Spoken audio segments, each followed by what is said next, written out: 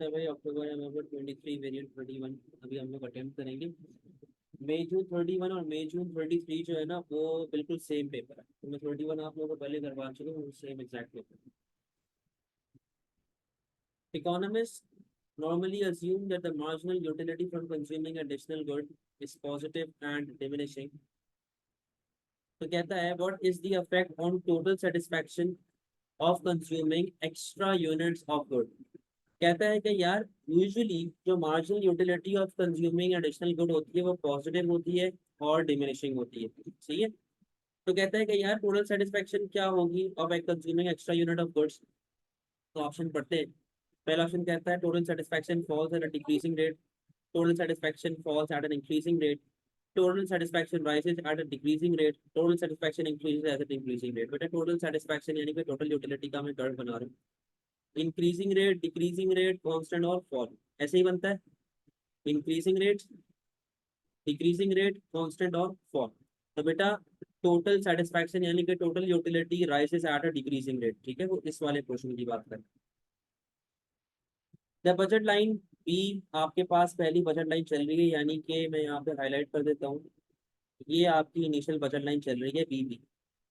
कहता है the budget line B B shows the combination of two goods X and Y that a consumer can obtain within a fixed income of $60 per week when the price of Y is $1 and X is $2. If price of X rises to $3, what will be the new budget line। कहता है अगर X की price बढ़ जाती है, $3 हो जाती है, तो बेटा एक बात बताओ, आपके पास क्या शिफ्ट आएगा, क्या चेंजेस आएंगी। तो बेटा अब यहाँ पे देखो जरा, आप किस तरीके से चल रहे हो। अब आपके पास $60 की इनकम है, वैसे तो बहुत सिंपल सी बात है कि हमारे पास जो बजट लाइन है वो ऐसा पीछे की तरफ टिल्ट करेगा। हमारी बजट लाइन ऐसे पीछे की तरफ टिल्ट करेगी जब एक्स की प्राइस बढ़ेगी। बीसीसी का इफेक्ट आप लोगों को याद होना चाहिए। अच्छा अब वो ये कहता है कि भाई तुम जो हो क्या कहते हैं किस पे ऑपरेट करोगे, तुम B1 पे ऑपरेट करोगे या B2 पे ऑपरेट करोगे। बेटा मैं यहाँ पे सिर्फ एक्स की निकाल, एक्स की प्राइस जब $2 थी तो मैं एक्स के 30 यूनिट्स कंज्यूम कर सकता था।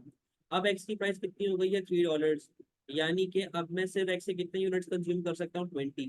तो हम लोग बी से किधर आ जाएंगे, हम लोग बी से B2 पे आ जाएंगे।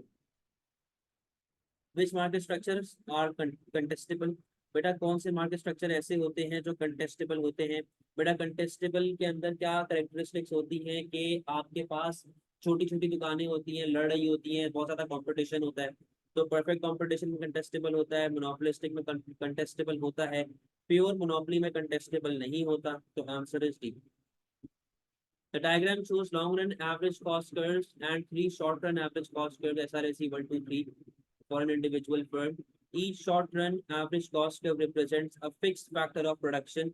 तो कहता है कि between levels of output OL and OM which statement is not correct। कहता है OL से लेके OM तक कौन सी स्टेटमेंट आपकी करेक्ट नहीं है। तो अब यहाँ पे देखना जरा भाई, पढ़ना स्टार्ट करते हैं। Average fix cost are falling. अच्छा भाई फिर कहता है कि economies of scale are being experience. अच्छा वो ये पूछ रहा है आपसे कि क्या चीज करेक्ट नहीं है, क्या चीज करेक्ट नहीं है।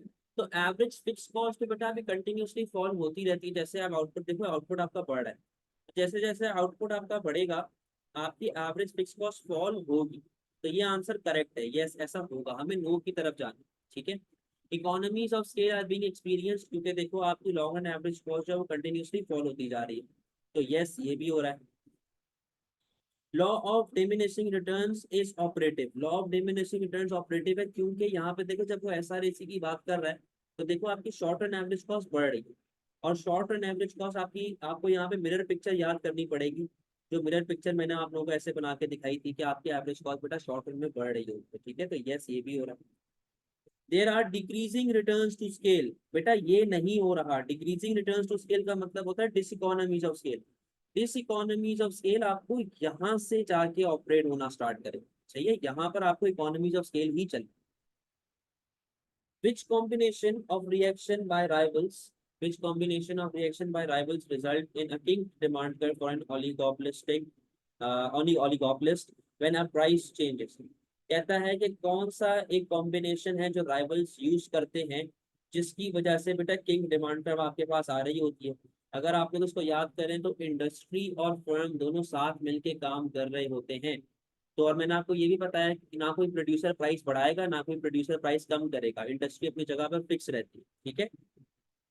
Copying both a price rise and price fall गलत, बेटा दोनों में से कुछ भी नहीं होता। Copying price rise and ignoring price fall गलत, बेटा प्राइस राइज को भी कोई कॉपी नहीं करता। Ignoring a price rise and copying a price fall, अब बेटा बात सुनो, याद करो मैंने किस तरह बताया था, मैंने आपको बताया था कि जब प्राइस बढ़ेगी तो कोई फॉलो नहीं करेगा, प्राइस कम होगी तो हर बंदा फॉलो करना शुरू हो जाएगा, जिससे वापस से आप उस किंग पे आगे बैठ जाएंगे। समझे बात को, ये बात आपको बताई हुई है। Ignoring both a price rise and a price fall, बेटा प्राइस फॉल को सब लोग फॉलो कर लेते हैं, ठीक है, प्राइस फॉल को सब लोग फॉलो कर लेते हैं, तो आंसर इज सी। फिर क्या कहता है 6 पे, व्हाट इज अ की condition for affective price discrimination. बेटा अफेक्टिव प्राइस डिस्क्रिमिनेशन के लिए आपके पास क्या चीज होनी चाहिए, तो अब यहाँ पे देखें, a product can not be resold to another consumer. कहता है कि भाई प्राइस डिस्क्रिमिनेशन के लिए एक अफेक्टिव चीज क्या होती है, the product can not be sold resold to another consumer, ठीक है, आगे बढ़ते हैं। The product must be price inelastic, बेटा लाजमी नहीं है, आप लोगों ने इलास्टिक का भी पढ़ा हुआ है कि इलास्टिक में आप प्राइस कम करेंगे तो प्राइस डिस्क्रिमिनेशन हो जाती है। Profit from one market can be use to subsidise another market, बेटा ये तो कोई प्राइस डिस्क्रिमिनेशन में तो लिंक ही नहीं इसका बैठा ना भाई। फॉर एग्जांपल एक प्रोड्यूसर है जो दो मार्केट्स में ऑपरेट कर रहा है, एक मार्केट से प्रॉफिट कमा के उसको दूसरी मार्केट में वो री इन्वेस्ट कर देता है, तो फिर इसको प्राइस डिस्क्रिमिनेशन तो नहीं कहते, वो तो प्राइसेस के हिसाब से चल रहा है। There are low barriers to entry into the market, बेटा low barriers to entry the market में होना जरूरी नहीं है कि प्राइस डिस्क्रिमिनेशन क्रिएट करे। अब बात सुने भाई, एक फॉर एग्जांपल एक प्रोड्यूसर है जिसके पास बैरियर टू एंट्री कम है, यानी कि वहां पे कम प्रोड्यूसर मार्केट में एंटर हो सकता है, but at the same time उसने अपनी प्राइस में एक फिक्स प्राइस टैग लगाया हुआ है कि भाई अब जैसे अब समझ लो फॉर एग्जाम्पल आईफोन है, 2 लाख रुपए का आईफोन है फॉर एग्जाम्पल, तो वो 2 लाख का ही मिलेगा ना, ऐसे तो नहीं है ना किसी मार्केट में 2.5 का बिक रहा है किसी में 3 का बिक रहा है। भाई वो तो जो एक प्राइस टैग आ गई है तो उसी पे चल रही है, हालांकि आईफोन एज अ मोनोपोली। सही है, तो आंसर क्या बचा, the product can not be resold to another consumer, यानी कि मैं एक कंज्यूमर को 10 रुपए का बेच रहा हूँ, अब वो वाला जो कंज्यूमर जिसने मुझसे 10 रुपए का लिया है वो वही प्रोडक्ट आगे 12 का बेचे। ऐसा प्राइस डिस्क्रिमिनेशन में जो है वो नहीं होता, ऐसा नहीं होना चाहिए, तब जाके आपके पास प्राइस डिस्क्रिमिनेशन यहाँ पे चलती है। Which combination of cost condition is most likely to act as a barrier to entry to a new firm wanting to join industry? कहता है कि भाई कौन सा ऐसा कॉम्बिनेशन है कॉस्ट का जो बैरियर टू एंट्री एक्ट करेगा, as a barrier to entry act करेगा to a new firm wanting to join an industry. Fixed cost as a proportion of total cost, बेटा अगर फिक्स्ड कॉस्ट ज्यादा होंगी तो यस ये बैरियर टू एंट्री होता है। Minimum efficient to scale of firm in the industry, बेटा अगर आपका मिनिमम एफिशिएंट टू स्केल दूर होगा, यानी कि अगर आप ज्यादा आउटपुट प्रोड्यूस करने के बाद एमईएस पॉइंट पे पे पहुंचेंगे तो यस ये भी आपका बैरियर टू एंट्री होगा कि हाई होना चाहिए, हाई एमईएस पॉइंट क्या होना चाहिए, हाई दूर होना चाहिए, तब जाके आपके लिए बैरियर टू एंट्री क्रिएट होती है। लेवल ऑफ संक कॉस्ट, बेटा संक कॉस्ट क्या होती है, संक कॉस्ट का मतलब होता है फिक्स कॉस्ट, जो गई तो गई, उसका कोई रिकवरी नहीं है।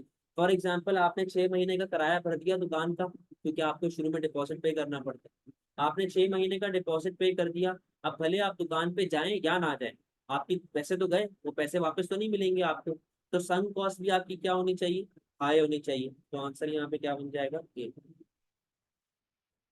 How is dynamic efficiency represented on a diagram, बेटा डायनेमिक एफिशिएंसी आपके पास जो होती है वो एक्सटर्नल इकोनॉमीज टू स्केल होती है, तो देख ले जहां पर, और आपने डायग्राम पढ़ी हुई है, आपने डायग्राम पढ़ी हुई है कि उसमें ऐसा हमेशा शिफ्ट आ रहा होता है, ठीक है, इसमें हमेशा शिफ्ट आता है, तो आंसर क्या बनेगा इसका बी। एक सेकंड जरा रुकिएगा।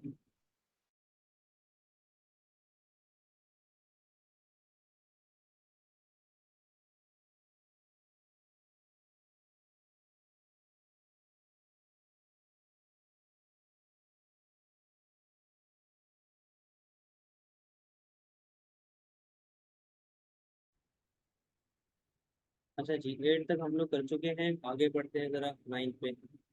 अ city council A city council is considering building a passenger terminal at its port so that the city can benefit from large cruise ships that could then dock here. It undertakes cost benefit analysis. What would be included as an external cost in the city council cost benefit analysis? बेटा external cost आपने देखनी है, यानी कि third party cost आपने देखनी है, cost of a ticket for a passenger to travel on a cruise ship, बेटा ये प्राइवेट कॉस्ट है पैसेंजर की। Cost of fuel to operate the cruise ship, बेटा ये प्राइवेट कॉस्ट है हमारे पास प्रोड्यूसर की, क्रूज शिप वाले की। Cost paid by cruise ship when they dock at the port, बेटा ये क्रूज शिप की प्राइवेट कॉस्ट है। Cost to a fishing fleet of relocating to another port, बेटा ये उन लोगों, ये मछेरों को नुकसान हो रहा है, जो मछेरे वहां पे अपनी कश्ती लगा के बैठते थे उन लोगों को रीलोकेट करना पड़ेगा। अब पोर्ट बनाने की वजह से उन मछेरों को नुकसान हो रहा है, तो बेटा ये आपकी एक्सटर्नल कॉस्ट है। Some multinational oil companies extracting oil in developing countries are now required to repair the damage they do to the environment. सही है। What best describes total costs incurred by the oil companies in such circumstances?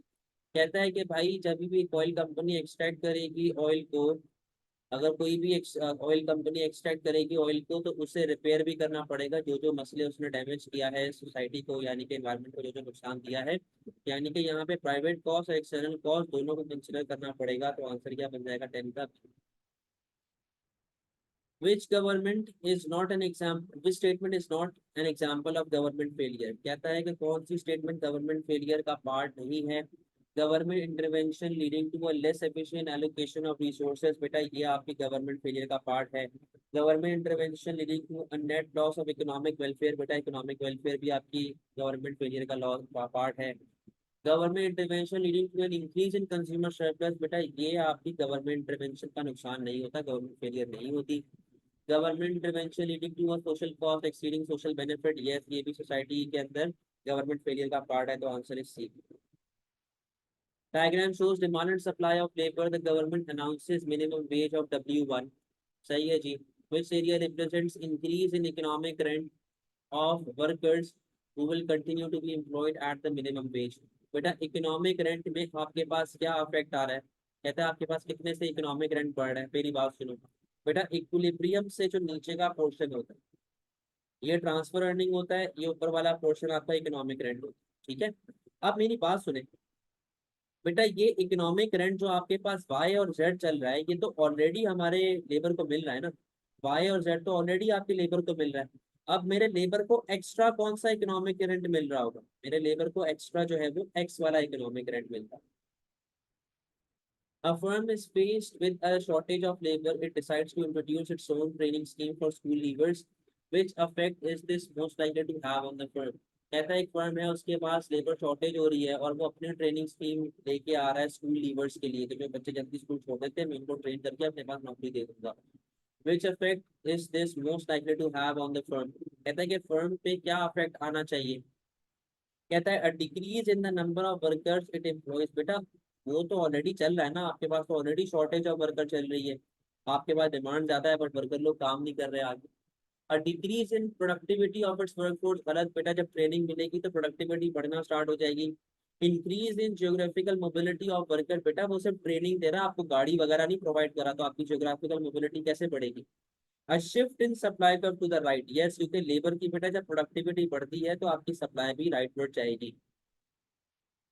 What is likely to result if a government introduces new regressive tax? बेटा regressive taxes आपके पास क्या होते हैं, indirect taxes।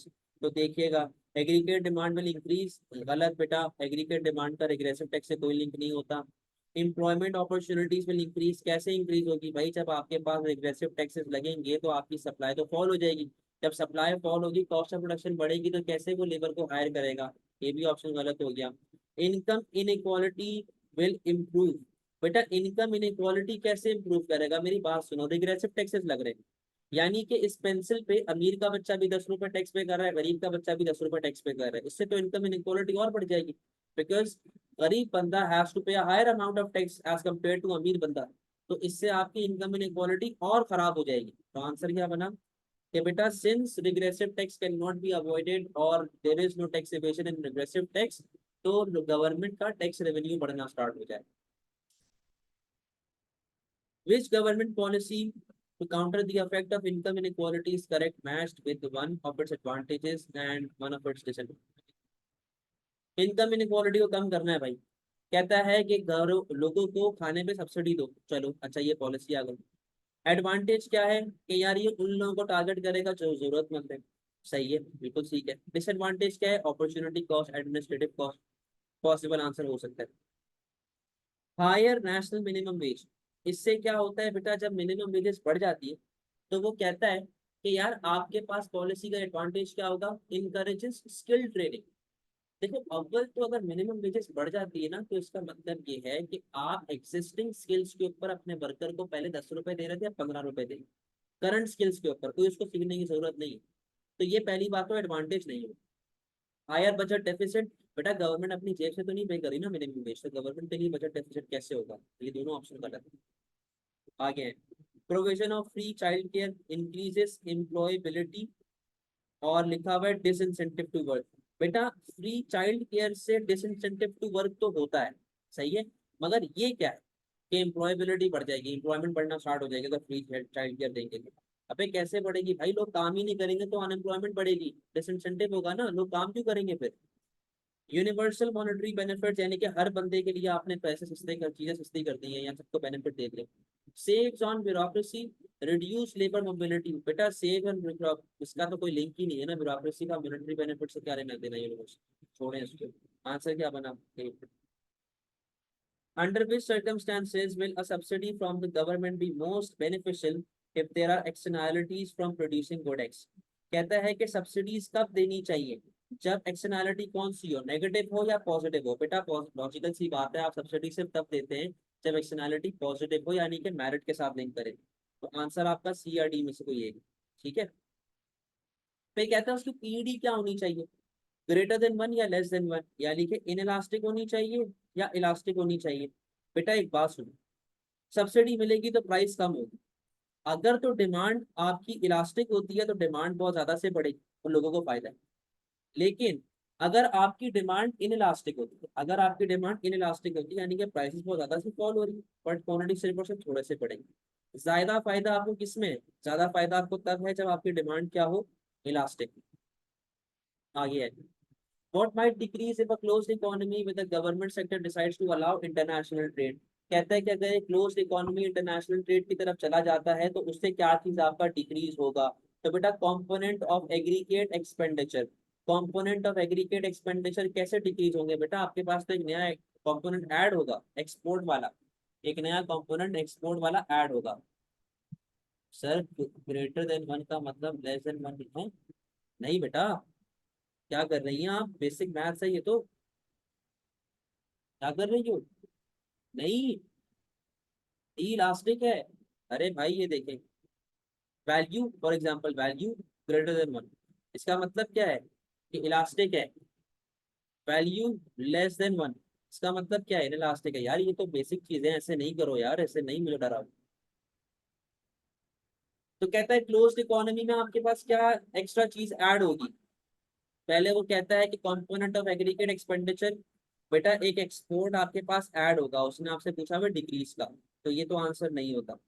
Number of injection into a circular flow of economy, yes बेटा export आपके injection का part है, ये भी इंक्रीज होगा, उसने डिक्रीज पूछा हुआ है आपसे। Number of leakage from the circular flow of income, बेटा नंबर ऑफ लीकेज आपका इंक्रीज होगा, वो डिक्रीज पूछ रहा है।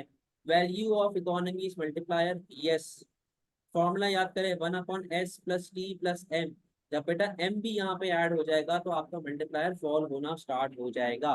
ठीक है, आगे बढ़ते हैं जरा, एक सेकेंड।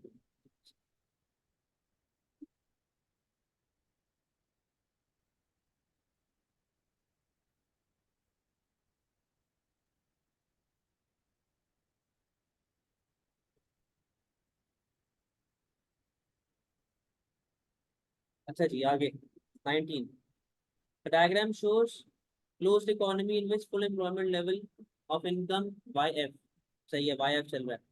विच डिस्टेंस मेजर्स डिफ्लेशनरी गैप, बेटा आपके पास अभी क्या डिफ्लेशनरी गैप चल रहा है, आपने उसके बारे में बात करनी है। तो बड़ा सिंपल सा यहाँ पे आंसर है, बेटा ये आपके पास एग्रीगेट डिमांड चल रहा है, ये आपके पास इनकम चल रहा है। तो टोटल इनकम और टोटल एग्रीगेट डिमांड के जो बीच का गैप होता है वो आपका डिफ्लेशनरी गैप होता है, ये चीजें आप लोगों ने पढ़ी हुई है। सिंपल सा आंसर है। Which policy to counter climate change is considered to be regulatory rather than market based? कहता है कि कौन सी ऐसी पॉलिसी है क्लाइमेट चेंज की जो रेगुलेटरी रेगुलेटरी मतलब गवर्नमेंट की तरफ से जिसके ऊपर रेगुलेशंस लगाए गए हैं रादर देन मार्केट बेस्ड। तो कहता है कि भाई 19 में the introduction of carbon taxes on pollution, the operation of tradable pollution permits, the provision of government subsidies, the setting of industrial emission standards। तो बेटा वो ये कहता है कि हम लोग क्लाइमेट चेंज की पॉलिसी को काउंटर कर रहे हैं। काउंटर करने का मतलब है कि हम लोग इसको रिमूव करना चाह रहे हैं, जो भी आपकी रेगुलेटरी लगाई हुई है ना, हम उसको रिमूव करना चाह रहे हैं क्लाइमेट चेंज के ऊपर जो जो प्रॉब्लम्स क्या कहते हैं टैक्सेस वगैरह लगाए। तो बेटा कार्बन टैक्सेस फर्दर आपको वो करेगा, ये भी आपके पास परमिट्स हैं, ये भी आपकी रेगुलेशंस हैं, ये भी रेगुलेशंस हैं। तो आंसर क्या बचा 19 का?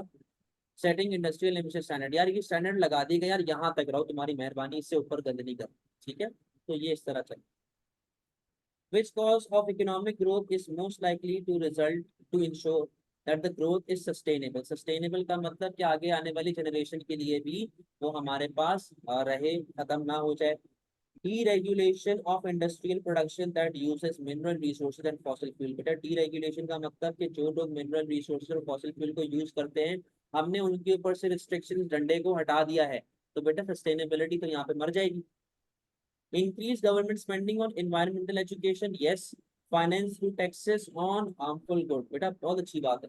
कहता है कि शराब से टैक्स लेके, शराब से टैक्स जमा करके हम लोग लोगों को नॉलेज देंगे, हम लोग लोगों को एजुकेशन के ऊपर खर्चा करेंगे ताकि हम लोगों को ये बता सके कि एनवायरनमेंट कितना जरूरी है। तो बेटा नेगेटिव चीज से पैसे कमा के पॉजिटिव चीज पे वो लोग खर्चा कर रहे हैं, तो यस, ये आपका आंसर बनेगा। इंक्रीज ट्रेड बैरियर और import to protect domestic job and income. तो बेटा इससे लोगों की बेरोजगारी बढ़ जाएगी, तो फिर प्रॉब्लम्स क्रिएट होंगी ना, जिंदा ही नहीं रहेंगे तो बच्चे कैसे होंगे आगे। Reduce planning regulations to encourage construction in an area of national good। In all major towns in a country, a government adopts a policy of opening centers where job vacancies are advertised। Which type of unemployment is the government aiming to reduce with this policy? बेटा वो job vacancy को खत्म कर, job vacancies लेके आ रहा है। सिर्फ एक टाइप ऑफ अनएम्प्लॉयमेंट ही जहाँ पर आप नौकरियों को ढूंढते हैं, और जॉब सर्च टाइम जिसके अंदर हमारा लग रहा होता है वो होता है frictional unemployment. What is the basic Yes, I assumption underline. underlying By the taking it, the star of application very na care pad ko then बेटा माइक तो I बंद कर class दो। के लिए What is the basic assumption underlying the accelerator theory? Accelerator theory आपसे कहता है कि जब लोगों की इनकम बढ़ेगी तो हमें और ज्यादा इन्वेस्टमेंट करनी पड़ेगी। एक्सेलरेटर थ्योरी यही बोलता है कि जब लोगों की इनकम बढ़ेगी तो हमें और ज्यादा स्पेंडिंग करनी पड़ेगी इन्वेस्टमेंट पे, मशीनरी वगैरह पे। तो ये रहा इसका answer. What shows the correct outcome for policy options? Policy और उसका आउटकम क्या लिखा हुआ है? Depreciation of the exchange rate. Depreciation of exchange rate से क्या होगा कि आपके एक्सपोर्ट्स बढ़ेंगे, जिसकी वजह से एम्प्लॉयमेंट बढ़ेगी क्योंकि आपका एडी बढ़ा है। ठीक है, पॉसिबल आंसर है। इंटरेस्ट रेट ज्यादा होने से कहता है attracts hot money inflows and is an incentive for consumer spending. गलत। बेटा जब इंटरेस्ट रेट बढ़ता है तो लोग सेविंग की तरफ जाते हैं, स्पेंडिंग की तरफ नहीं जाते। Decrease government spending, more workers will be employed. ठीक है, and more imports will be bought. गलत, इम्पोर्ट्स कम होंगी। Reduction in income taxes increases consumer spending. ठीक है, with increase demand for export. बेटा गलत, क्योंकि जब कंज्यूमर स्पेंडिंग आपकी बढ़ेगी तो उससे एडी बढ़ेगा, और एडी बढ़ने से प्राइस बढ़ती है, तो आपके एक्सपोर्ट्स फॉल होंगे। तो answer is a. The Laffer curve shows expected tax revenue and at different tax rate.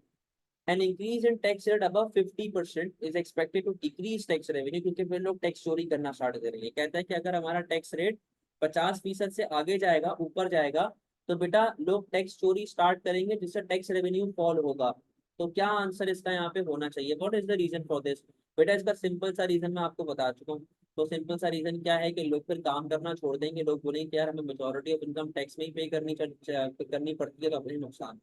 अब ये बी वाला पढ़ो, यहाँ पे लिखा हुआ decrease incentive for tax aviation. बेटा ये डिक्रीज नहीं है, अगर ये इंक्रीज होता ना, इंक्रीज इंसेंटिव, तब ये आंसर करेक्ट हो जाता। क्योंकि मैं यहाँ पे टैक्स एवेशन करने के लिए मोटिवेट हो रहा हूँ, गवर्नमेंट ने टैक्स इतना बढ़ा दिया कि मैं मोटिवेट हो रहा हूँ कि मैं टैक्स एवेशन करूँ। तो ये इसलिए आंसर नहीं होगा। इसका आंसर सिंपल सा डी है कि लोगों को इंसेंटिव नहीं मिलेगा काम करने का, तो वो काम करना छोड़ दें। A government wishes to improve the income distribution between the richest and poorest in society. It introduces means tested benefit for workers on low income. बेटा means tested याद करें क्या था specific group of people के लिए. To pay for this, income tax rates for the highest paid will increase. कहता है कि हम लोग progressive taxes बढ़ा देंगे. Progressive taxes बढ़ा देंगे. What is the most significant strength and weakness of this policy approach? कहता है कि भाई मोस्ट सिग्निफिकेंट स्ट्रेंथ और वीकनेस क्या होगा इस पॉलिसी का. तो आप यहाँ पर जरा देखिएगा. स्ट्रेंथ के बारे में बोलता है benefits are only given to those in need. तो बेटा मींस टेस्टेड का मतलब ही यही है कि हम लोग सिर्फ ग्रुप ऑफ पीपल, मैंने शुरू में बताया था ग्रुप ऑफ पीपल को बेनिफिट देते हैं, तो ये स्ट्रेंथ है. ठीक है.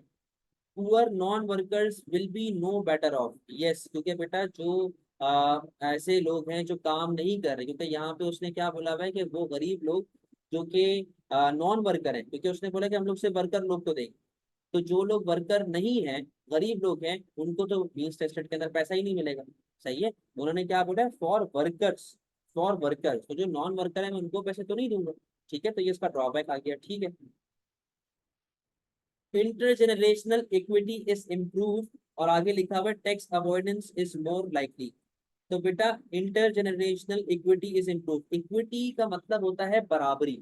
तो यहाँ पे बेटा बराबरी का तो कोई कॉन्सेप्ट नहीं है ना. उसने बोला कि हम लोग हर बंदे को जो है वो लो इनकम जो लोग कमा रहे हैं वर्कर्स, उनको हम लोग पैसे देंगे. ठीक है. तो हम लोग उस हिसाब से मामला को लेके चलेंगे. Workers will be encourage to work more hours. बेटा क्यों, जब उनको पैसे मिल रहे हैं कम काम किए तो क्यों ज्यादा काम करें. The policy approach will be efficient to operate, और उसका ड्रॉबैक लिखा हुआ है wealth distribution will be affected more than income distribution. अबे वेल्थ डिस्ट्रीब्यूशन कहाँ से आ गया बेटा. प्रोग्रेसिव टैक्स आपकी इनकम पे लगता है, वेल्थ पे थोड़ी लगता है. तो answer is a. The table shows data on the unemployment and inflation rate of four countries in 2010 and 14. Which country had a typical Phillips curve? कहता है किस कंट्री में आपके पास Phillips curve चल रहा है. बेटा Phillips curve को यहाँ पे जरा देखेंगे हम लोग. तो कहता है Australia and Japan. Australia and Japan क्या बोलता है. अच्छा, फिलिप्स कर्व के बारे में एक चीज याद करो. फिलिप्स कर्व बोलता है कि अनएम्प्लॉयमेंट में और इन्फ्लेशन में हमारे पास नेगेटिव रिलेशन होता है. कि जब इन्फ्लेशन रेट हमारे पास बढ़ेगी तो अनएम्प्लॉयमेंट कम होगी, जब इन्फ्लेशन रेट कम होगी तो अनएम्प्लॉयमेंट बढ़ जाएगी. नेगेटिव रिलेशनशिप होता है, तो हमें उसी को लेकर चलना है. यहाँ पे देखो जरा, आपके पास बेटा इन्फ्लेशन रेट कम हो रही है, तो उसकी वजह से आपके पास अनएम्प्लॉयमेंट रेट बढ़ रहा है. तो ये एक चीज आ गई ऑस्ट्रेलिया में. ऑस्ट्रेलिया में ये चीज हो रही. जापान में क्या चल रहा है भाई. जापान में देखो, जापान में हमारे पास इन्फ्लेशन रेट बढ़ रही है और अनएम्प्लॉयमेंट रेट कम हो रहा है. अगेन नेगेटिव रिलेशनशिप हमारे पास शो हो गया. तो ये आंसर अपना ऑस्ट्रेलिया और जापान का करेक्ट है. 27. Which adjustment is made to GDP to calculate a measure of economic welfare? बेटा measure of economic welfare का नोट्स आपके पास मौजूद हैं, वही उसको खोल के देख लीजिएगा. measure of economic welfare के अंदर आपके पास environmental cost and benefit भी आता है, value of leisure activity भी आती है, value of unpaid work भी आता है. नोट्स को खोल के एक मरतबा देख लेना तो आंसर इज ठीक. Purchasing power parity allows a comparison of the purchasing power in two countries. What is definition of PPP? बेटा definition of purchasing power parity हमारे पास क्या होती है. तो ये होती है कि हम लोग सेम अमाउंट ऑफ गुड किसी दूसरे मुल्क में कितने का खरीद सकते हैं गिवन आवर इनकम. ठीक है. तो यहाँ पर सिंपल सी डेफिनेशन क्या लिखी हुई है. The quantity of a currency required to purchase the same basket of goods in both countries. Lawrence curve measures the income distribution in a country. The further the Lawrence curve is from the line of absolute poverty, absolute equality, the greater the level of inequality. कहता है कि मैं जितना line से दूर होता रहूंगा, जितना मैं इस लीनियर लाइन से दूर होता रहूंगा, उतनी इनइक्वालिटी मेरे पास बढ़ती रहेगी. कहता है जीनी कोफिशिएंट की क्या वैल्यू होगी अगर आप लाइन 2 पे, यानी कि आप अगर इस वाली लाइन पे ऑपरेट कर रहे हैं तो आपके जीनी कोफिशिएंट की क्या वैल्यू होगी. तो इसका फॉर्मूला क्या लगाएंगे आप. तो बेटा सिंपल सा फॉर्मूला मैं आपको नोट्स में भी बता चुका हूँ. तो आप किस तरीके से करते हो, आप कहते हो इसका पेट डिवाइडेड बाय ये पूरे का पूरा एरिया. तो इसका पेट कितना चल रहा है. इसका पेट आपके पास चल रहा है F plus G divided by F plus G plus H. तो इसका आंसर क्या बनेगा, B. The turning point on the Kuznets curve for income inequality has been estimated to be in the region of US dollars 10,500. For a country that has a GDP per capita of 8,000, what is most likely? कहता है कि भाई हमारे पास कर्सनेट curve का जो turning point है वो 10,500 है, और हमारी एक ऐसी कंट्री जहां पर जीडीपी पर कैपिटा हमारा 8,000 चल रहा है। तो यहाँ पर ऐसा हमारे पास क्या होगा बेटा, कर्सनेट कर्व अगर आप लोगों को याद हो, अगर आप लोगों को कर्सनेट कर्व याद हो तो वो इनकम इनइक्वालिटी का एक कर्व होता है।